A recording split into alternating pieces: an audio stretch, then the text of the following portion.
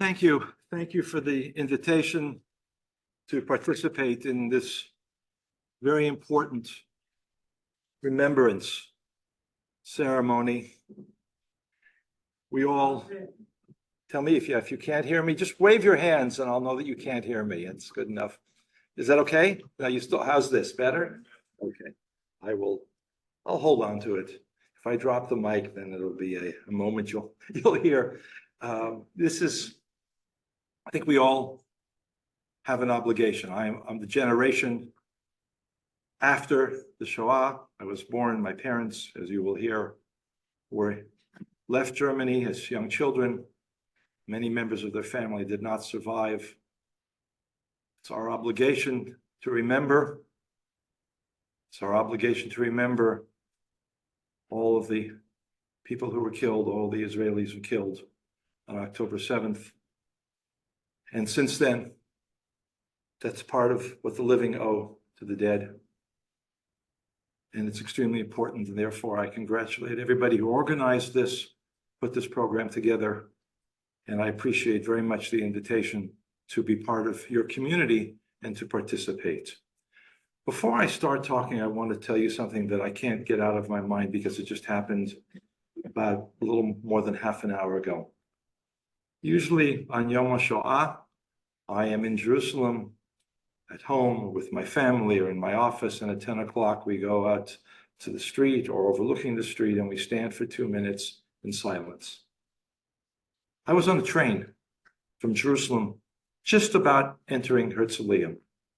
And I had discussed, my son is on the train afterwards, and we had discussed what happens on the train at 10 o'clock. Does the train keep going and people stand? Do you hear the siren? Do you miss it? 2 minutes before, the conductor came on the train and said, in 2 minutes, there will be the tefillah, siren. The train will come to a stop for 2 minutes, and then we will continue to go. People stood up. We looked outside the window. On the highway were people that pulled over in their cars, standing up, honoring the memories. And I couldn't help then thinking, here I am on a train, Herzliya, in Israel with all of our problems. I thought about the trains that my parents took when they left their parents at young ages. I thought about the trains that took others who could not get out to Auschwitz and to all the other camps. It's a very sad memory, a very difficult memory, but it's also one of those memories that makes us determined to maintain and to build on what we've accomplished in the last 76 years. As I said, my parents were sent off by their parents. My mother in the middle of, or early part of 1939, my father the very last day of August, almost the last day of 29th of August, 1939. They joined 10,000 children. How do I move this? Do this? Not this thing, but just push the button on the keyboard. Okay. There we go. Okay. There were 10,000 children who were saved, who were able to leave Austria, Czechoslovakia, a few from Holland, and mostly from Germany, Jewish children who were saved through this amazing and I think unique program called Kindertransport, German for transporting the children. The difficulty that one can imagine and that my parents told us about, my mother's still telling us about, of leaving one's parents, one's family, and going someplace they didn't know, they didn't speak the language, without parents, without family, was an extremely traumatic experience. And they were the lucky ones. They were the ones who were saved.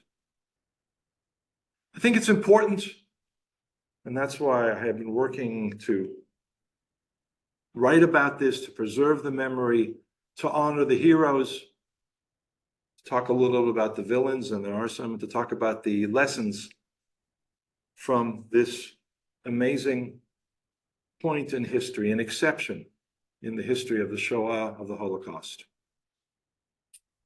The children, this Kindertransport program began early December 1938. Why? Because shortly before, on November 9th and 10th, 1938, they all witnessed the terrible events of Kristallnacht. I think it's in English, it's the night of this, the smashing crystal glass, when it was a pogrom. Sometimes the term is used, Nazi hooligans. It's much more than that. It was an organized killing spree, murder spree, arson spree. They attacked synagogues, they attacked people's houses, they attacked Jewish businesses, they attacked Jews. Jews were taken off to camps. Already, most of them were released, some were not. This in November of 1938. And that led many of the families, the parents in Nazi Germany to say, if we can, whoever we can save, we should save. Some left, some were able to leave. Many were not. Leaving was not easy, as you, and I'll talk a little bit about that. There were not many points or ports that were open to Jews. And then the British government began, people in the British government, people in the UK, and Jewish leaders in these countries began to consider what could be done. And within less than a month, they had organized this Kindertransport program. They didn't know how many children. There was never a limit to the number of children.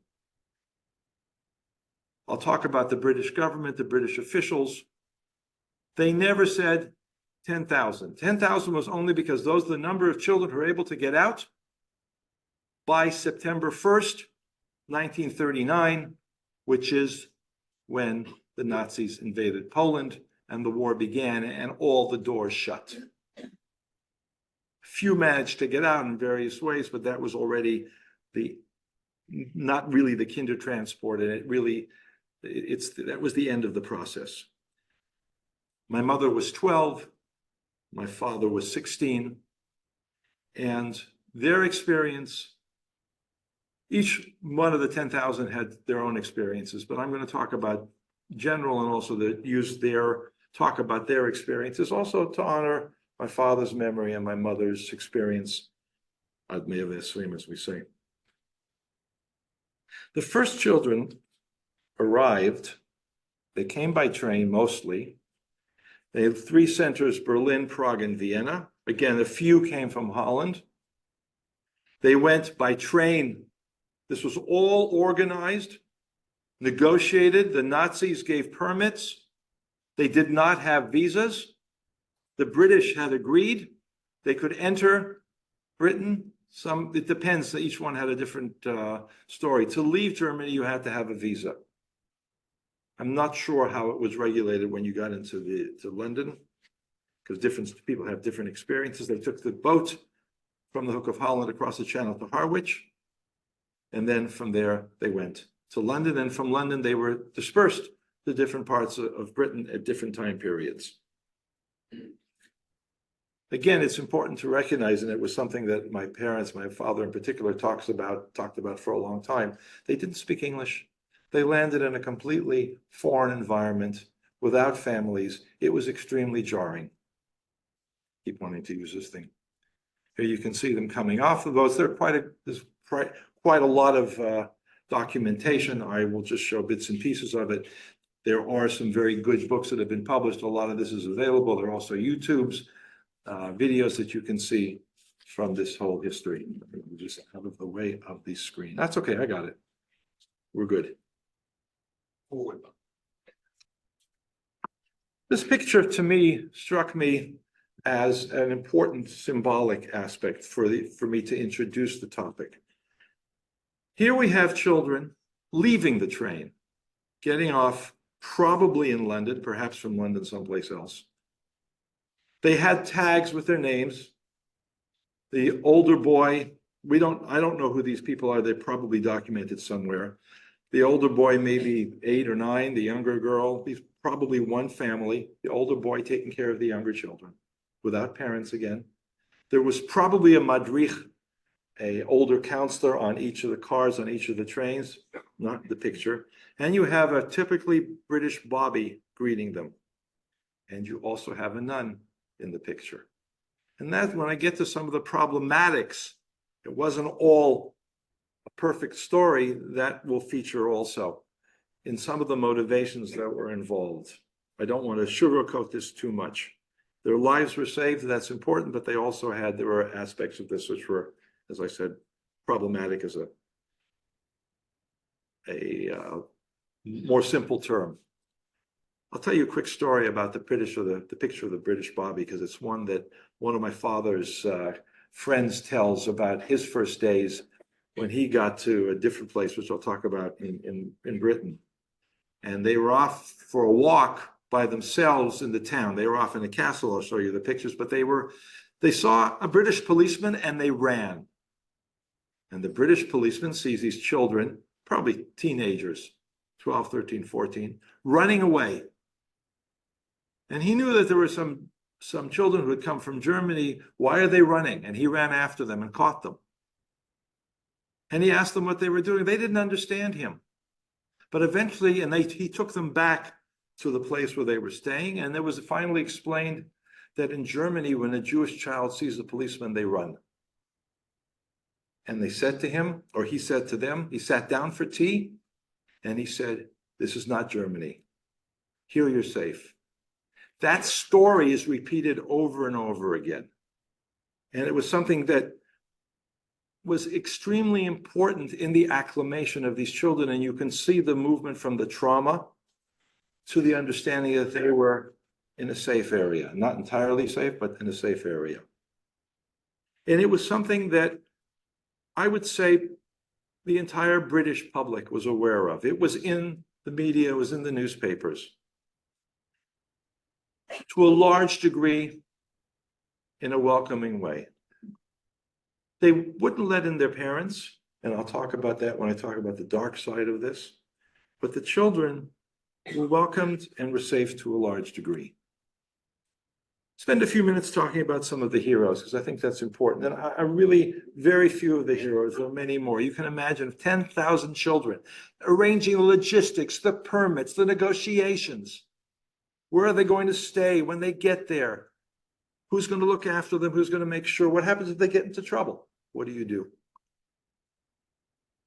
Nicholas Winton is credited, Nicholas Winton was credited, was seen as the person who was really maybe the person who had the idea. There are different versions who had the idea, who went and made it happen, went to Prague to get the first, because Germany had already occupied Czechoslovakia.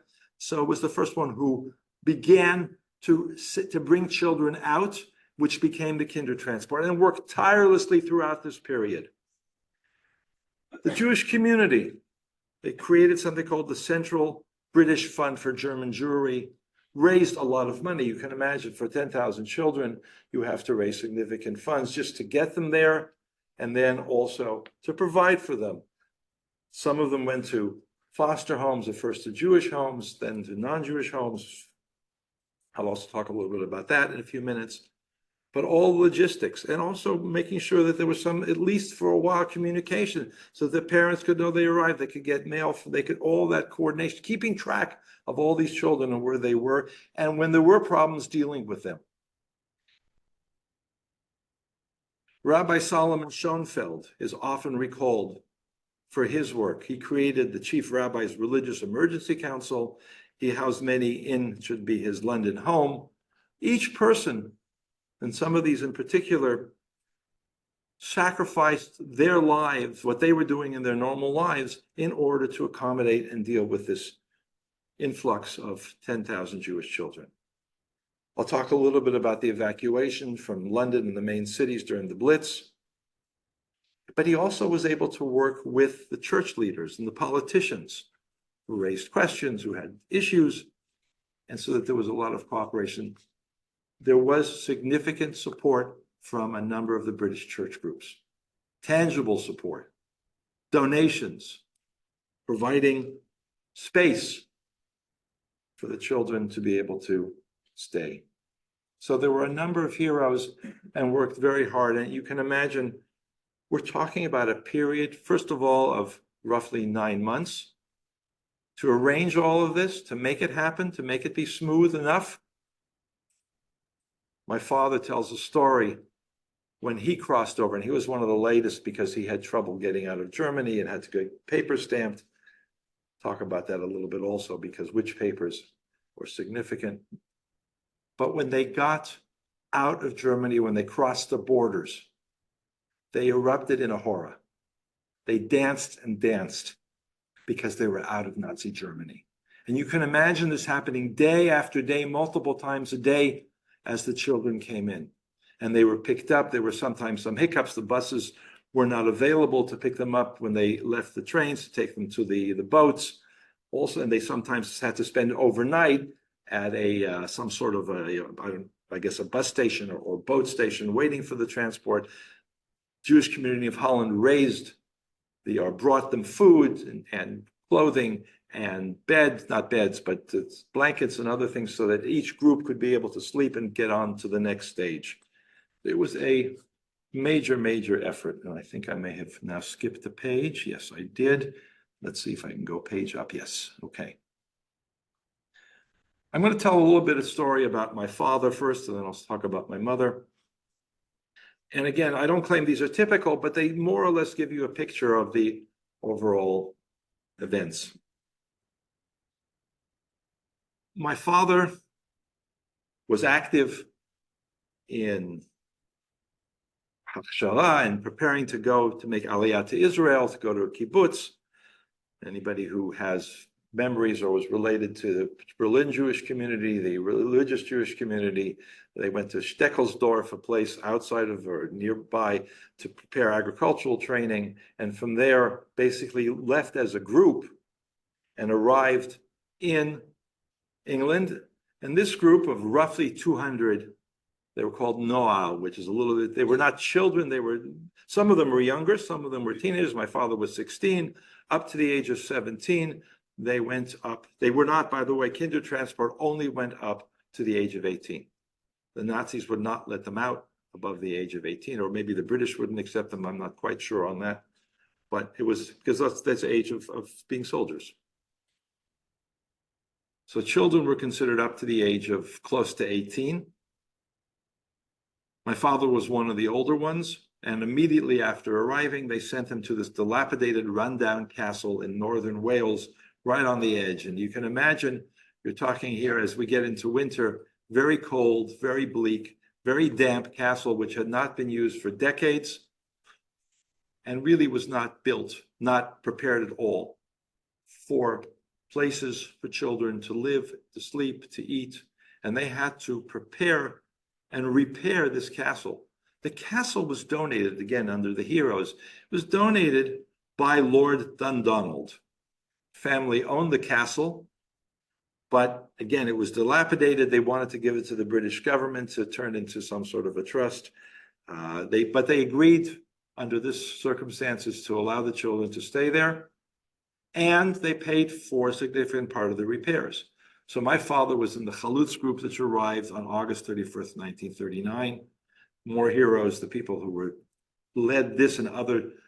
These were settlements. These people were prepared. This was preparation for Aliyah to Israel, which didn't happen for most because Israel was closed. I'll talk about that in a minute. To Aliyah for Jews, for Israel by the British.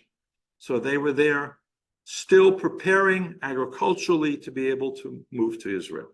They wanted to maintain as much of their lives as possible. And they were the lucky ones, because those that were in these group settings and not with individual foster families, they had friends. They could do things that were part of their lives. They had Shabbat, they had Kashrut, they had the Chagim, they had a framework. My father said, I didn't have my family, and my father's father survived, got out, his brothers got out, his sisters and mothers perished in Auschwitz. He had, and of course they didn't know that at the time, but they had the framework of a family, of a chevra. In fact, my father's very close friends for many years of his life were the people that he lived with in Grich Castle. And whenever he would come to Israel, they would have a reunion, they would go and visit them and exchange their memories. And we realized later on how much this was central to his life. These are some of the pictures just to show how they were able to maintain this framework that they had. The picture on your left is burning the chametz before Pesach. They brought everybody out together. The picture on the right, actually before that, is on Purim, where this is my father's group, his people who lived in the same room with him, and they got a bunch of clothing and dressed up for Purim. And this is something that was something he talked about, and it was mentioned in all of the histories because they were able to maintain that Jewish framework. They interacted with the outside world, with the British world. They went out and worked on the farms. They did other things. They went into town to buy basic goods when they had some money. They had donations. These clothes, apparently, there are two stories. Apparently, just before Purim, a group of Christian church people donated boxes of clothing that was largely unwearable. It wasn't appropriate for the time where the people on the castle, so the boys were able to use it for Purim, dress up. There's another version of they borrowed clothes from some of the girls. I'm not sure which is which. It doesn't make any difference. That was maintaining that framework that was so essential.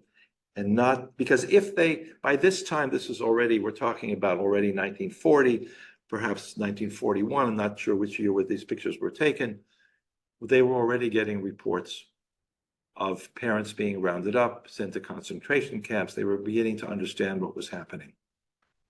And it was extremely difficult to maintain the kind of optimistic life that they wanted to do under those circumstances. And so the Chagim, the holidays, and the Shabbatot were very much important part of that process. Not everything went smoothly. And I want to first talk about why 10,000 children were able to get into Britain and welcomed, and nobody else. Now, first of all, I think it is important to note the British were very, I'll talk about this again in a second, the British were very welcoming to children. There are no adults. Children, yes, adults, no. I'll talk about that a little more in a second. But I want to compare the absolute no's. Canada. There's a very well-known book by Irving Abel and Harold Tropper called None is Too Many. Canada and the Jews of Europe, 1933 to 1948.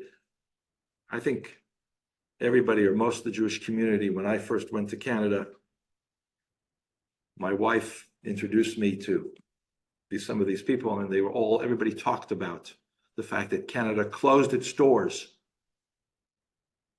to Jewish refugees leaving Hitler. None is too many is the appropriate term. In the United States, there was an effort that was made. The British taking 10,000. Actually, there was no number on it, but well, let's take 20. And members of Congress, Congressman Wagner and Congressman Rogers, introduced a bill to admit 20,000 Jews. The United States had a quota for how many immigrants each year. They said, let's exempt the children from the quota. Let's follow the British model. It was defeated in Congress. President Roosevelt, the administration, did not lobby or campaign for this bill, something that was a sore point. And perhaps, well, at least the political analysts at the time said it was politically motivated.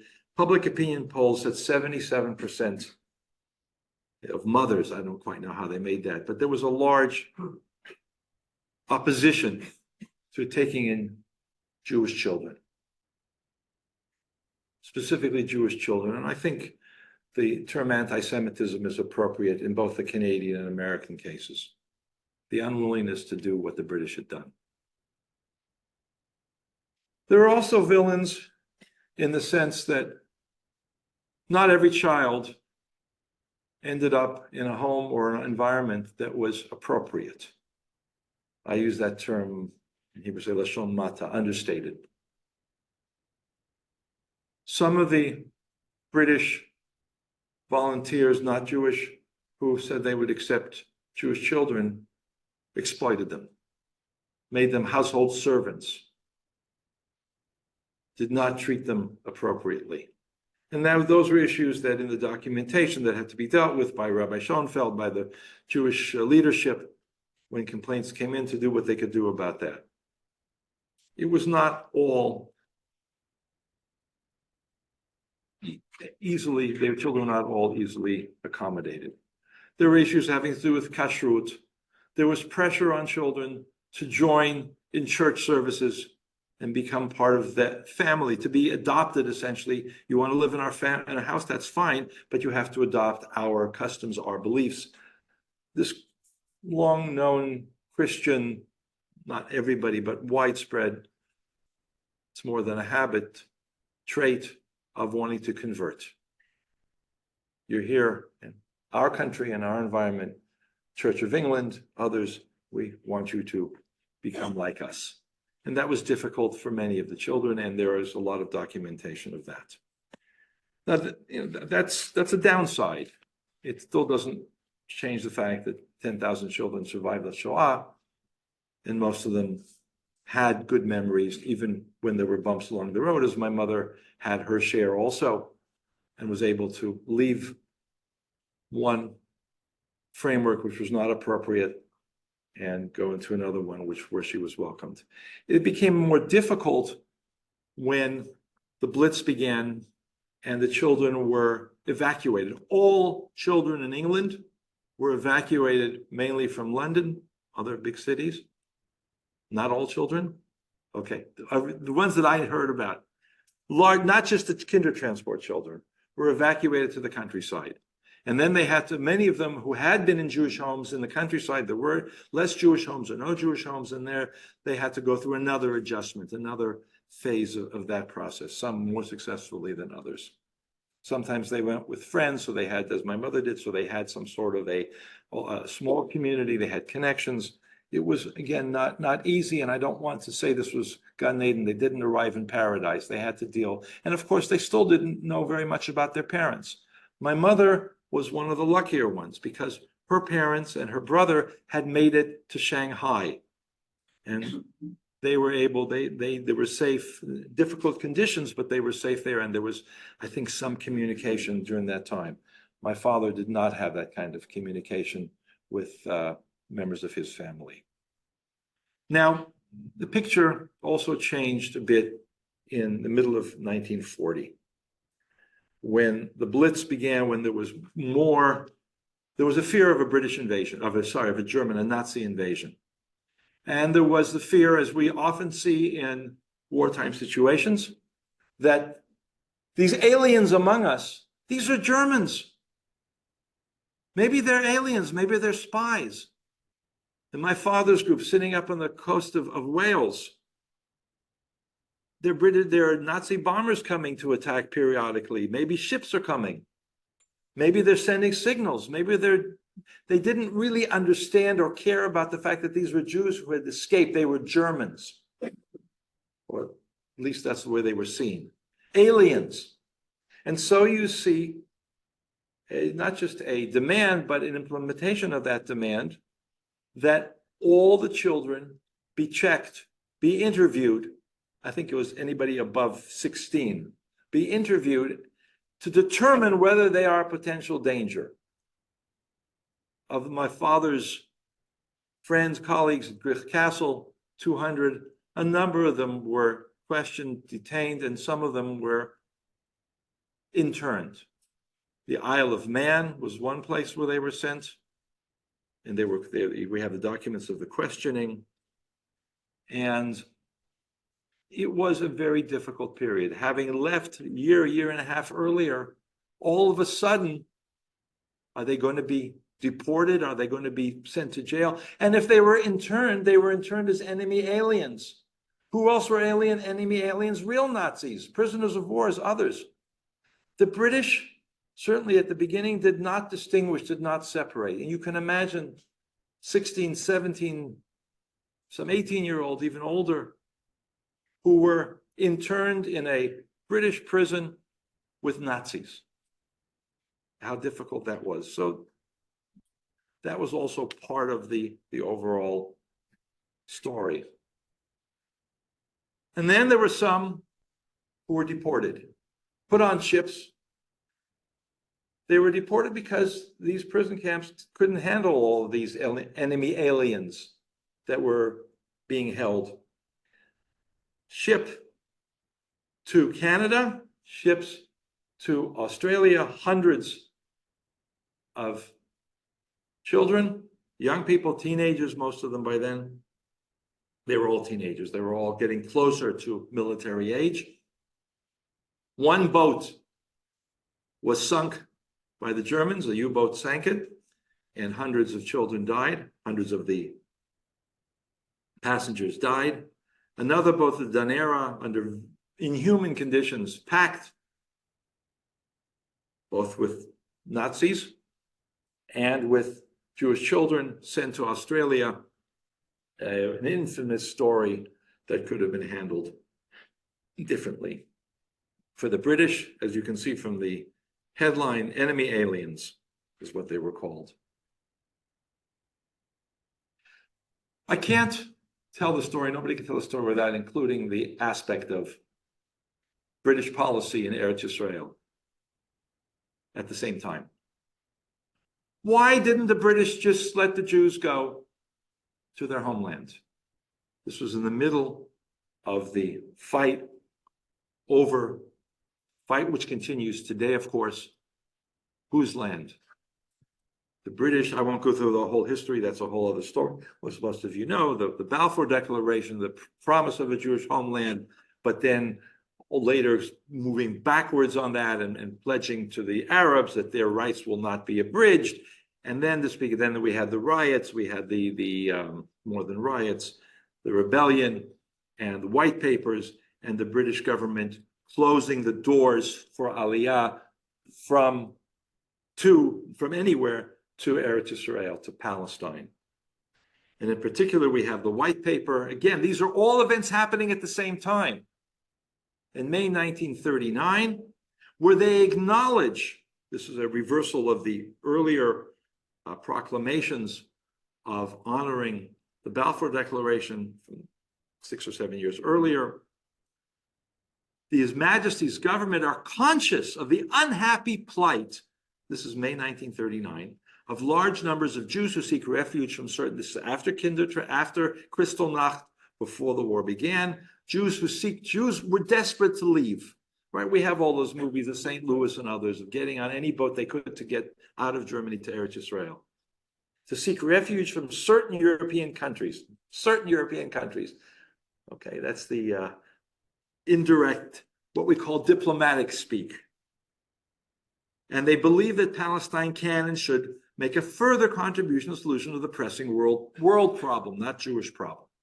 This is one of my concerns always, the universalization of the Holocaust. This was mainly about killing Jews. This was the real genocide. And they used this diplomatic doublespeak to hide it, even in May of 1939. And so the government will limit, they say a quota, it's a limitation of 10,000 Jewish immigrants total, children, not children, will be allowed. There's understanding shortage 1 year, they don't have to do it each year. They said for 5 years, a total of 50,000, of which already in December 1942, we're talking about 2.5 years later, only 16,000 permits, what they called certificates, were issued. Basically, the land of Israel was closed. And therefore, because of the demands, the pressure to do something, and to avoid having to open up the gates of Palestine, of Israel, and having the Arabs get all upset again. And to be honest, the British wanted the Arab support during the war They'll get the Jews anyway. The Jews would never support the Nazis. British wanted Arab support, not very successfully. And so they imposed this policy of closing the doors to Palestine, and therefore some historians claim, argue, document, the alternative was, okay, let's do a token, we'll allow 10,000 children, not adults, into Britain. So these pieces fit together, and everybody can take the evidence that they see and reach their conclusions as to where to put this on the scale. I'm not sure how much time I have. How much time do I have? Good, I can do this. I want to go now and move the discussion a little bit and talk about the broader implications of this, the moral questions. Because we are often faced with the dilemma, particularly Jews, particularly in Israel. What are the lessons we draw? What are our obligations morally? I emphasize the term morally. 10,000 Jewish children were saved by the Nazis. The rest of the world, what's sometimes called the enlightened liberal world, closed their doors. Canada, the United States, essentially Australia, others. Do we have an obligation as Jews to demand that whenever people are suffering in their homelands, to open the doors to our own country and to campaign and demand that in other countries? That is a common theme, and it is a difficult one. We saw it a few years ago. We saw the debate when you had hundreds of thousands, maybe millions of people trying to escape from Africa, from Syria, from Libya, from other places into Europe. And you have this ongoing division. European politics today is very much about immigration, particularly Arab immigration, particularly from Africa, non-Europeans, non-Christians, if you will. Do they have an obligation? And there was a huge fight within Europe. And where should we as Jews and as second generation, first generation after the Holocaust, what's our obligation? And many people will say, we have that obligation, that what happened to most of our families where they could not escape should not be allowed to happen for them. But I think it's more complicated, and I leave it as a moral question.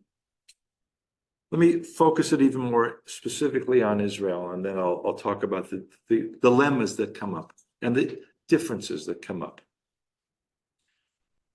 Israel, for a number of years, faced waves of immigrants who would come from Africa,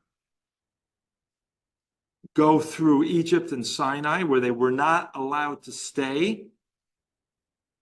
Some of them came in terrible conditions where they were forced either into prostitution, into slavery, and came to the border of Israel between Sinai and Israel.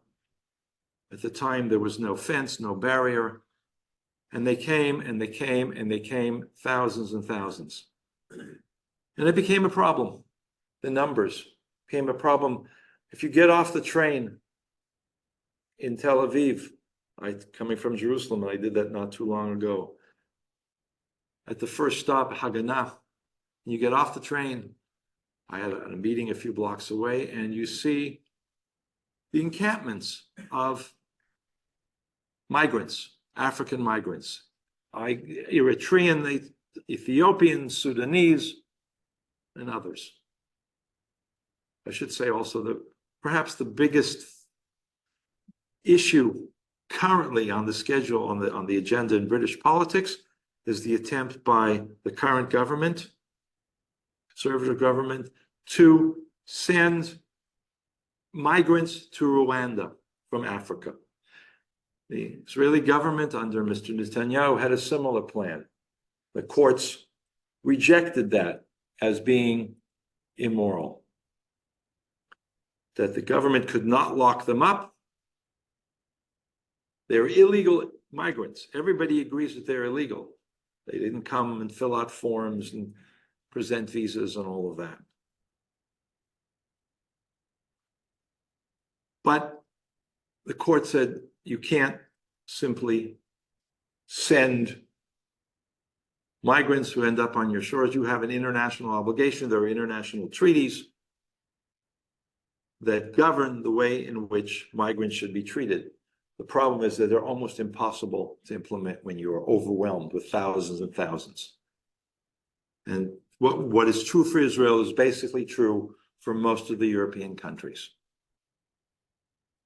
So it's an extremely complicated moral dilemma.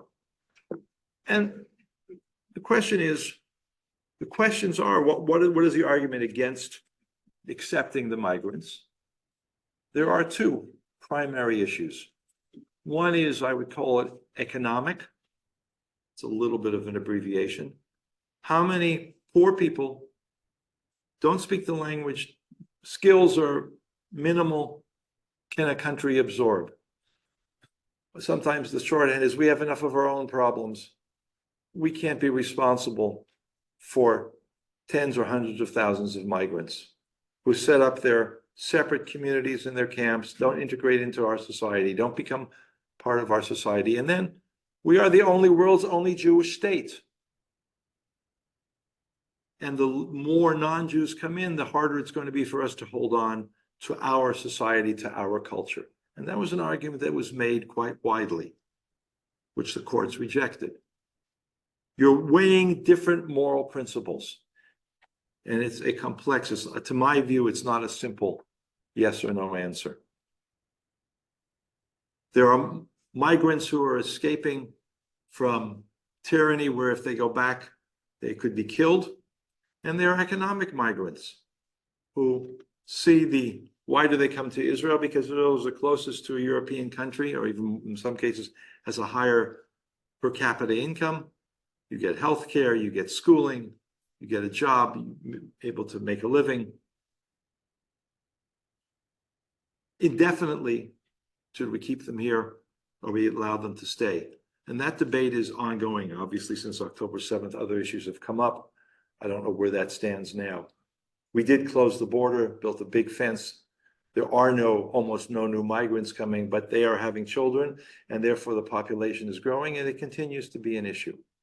So, in my view, these issues have to be separated, and on this I'll end. We have to recognize the complexity, and there is a moral position here. But it's also not a world in which it's not a world of universalism. Every society, certainly for the Jewish people, has the right to maintain its culture, its cohesion, its basic elements. Talked about the importance for my father of maintaining Jewish calendar, the Jewish life, the Jewish culture, the Jewish holidays. That was so central, and it was something that was central throughout his life and imparted to me and my siblings, and we impart to our grandchildren. For my father coming to Israel, if he didn't make Aliyah because it was impossible, and by the time the war ended, the practicalities didn't work out to see his children here, his grandchildren, for him, there was nothing more important than that. So we have the absolute right to maintain our culture and society. At the same time, slamming the door, being Canadians and saying none is too many, is also not something that needs to be required in order to maintain our culture. These are complicated issues. Unfortunately, for the most part, most of the debates that take place here or in Holland or in Germany or in France are simplistic ideological positions and not dealing with the complexities. I guess as an academic, I have the luxury of talking about complexities because I don't have to make political decisions. But I do think it's not a black and white issue. I think we do have an obligation in some ways to honor the memory and the heroism of what British leadership did in allowing permitting 10,000 children, without which I would not be here and many others would not be here. At the same time, recognizing the pragmatic limitations and trying to come up with policies. I know certainly the Israeli political system is overwhelmed now with all of our survival issues, but we should have dealt with this, I think, better before October 7th, and we should, along with the rest of the world, figure out ways that we can meet both moral obligations to the extent possible. There's a lot more to be said. There are 3 books that one all the way on the side is you can't see quite, but the 3 books that I recommend. I put the story of Grich Castle because it's really also the story of a large part of the Kindertransport. The book by Judy Bauman-Schwartz, from my colleague from Bar Ilan, which is the best that I've seen documentation of the entire Kindertransport experience. And then the other book, which is really it's a personal memoir written by the daughter of one of the main organizers and supervisors of the Grich Castle group, and their experiences in that book, The Castle That Saved Lives, which is also I found to be a very fascinating and important way of remembering and honoring all those who made all of this possible. Thank you very much for your attention.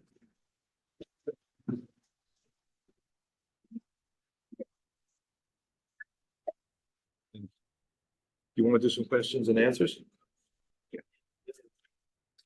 Thank you very much, Professor Steinberg. We do have a little time, and we can entertain maybe 2 or 3 questions. Anybody? Okay. Yes, sir. I read somewhere, I'm not too sure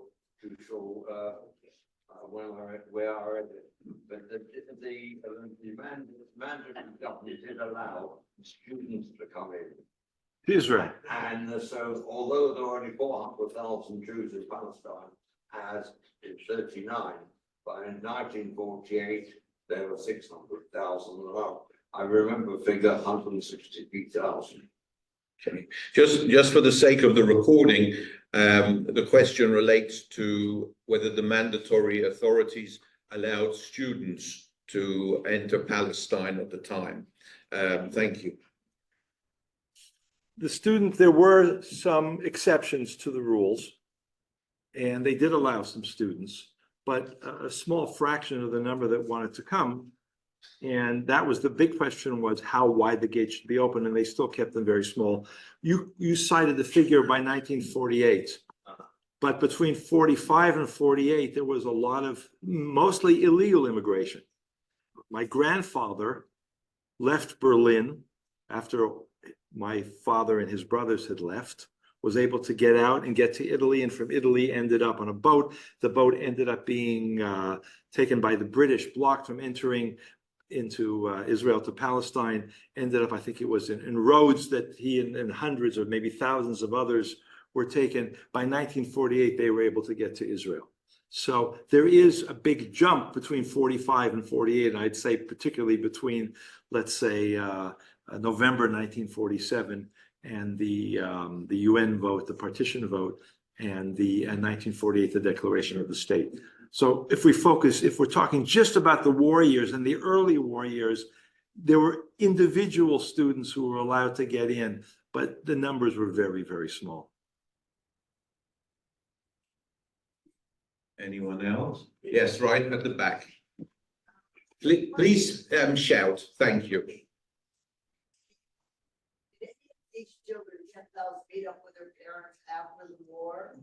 And I heard an interview with this Nicholas Winston, where they said that half of the children were never identified. The 669, about 300 of them disappeared, and don't know what happened to them.